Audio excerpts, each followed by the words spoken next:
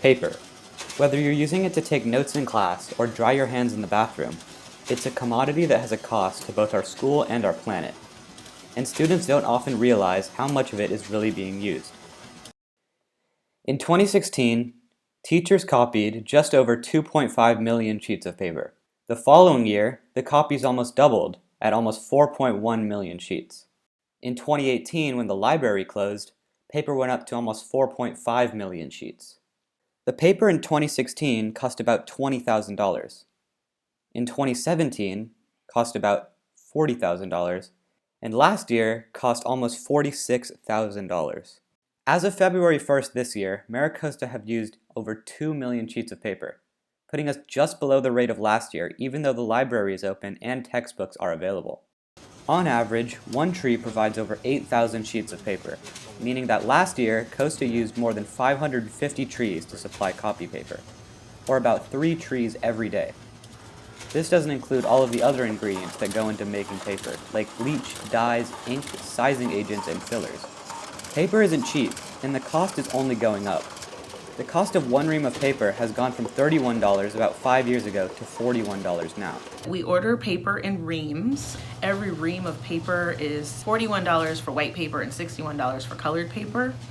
So just because a teacher wants, it to be yellow, it's an extra $20. This increased cost hurts more than just our budget. The PTSA has historically paid for copyright paper, money it could be spending on other classroom supplies or activity. Last year, PTSA paid almost $46,000 for copy paper, and that doesn't include the cost of copy machines, toner, and other accessories.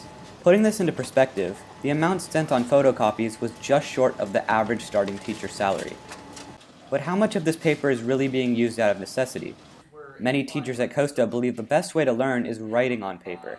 When students take notes on a laptop, it's automatic. As soon as we have to write something down, the more associations we're going to form and the better we're going to remember stuff. Some English classes require students to turn in a printed out essay or annotations on a printed out copy of a book.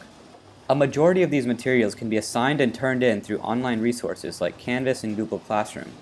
Note paper is usually brought to school by students and not printed out, and in some cases, handwritten assignments can be done digitally on iPads. Some teachers have already taken the full initiative to reduce their paper usage. Science is the only department that has fully utilized digital learning. The way the world works now is very different from years or even decades ago, so we have to be flexible to those changes. But there is currently no school-wide solution for reducing paper usage and its costs. The usage of paper is going to vary from department to department and even classroom to classroom.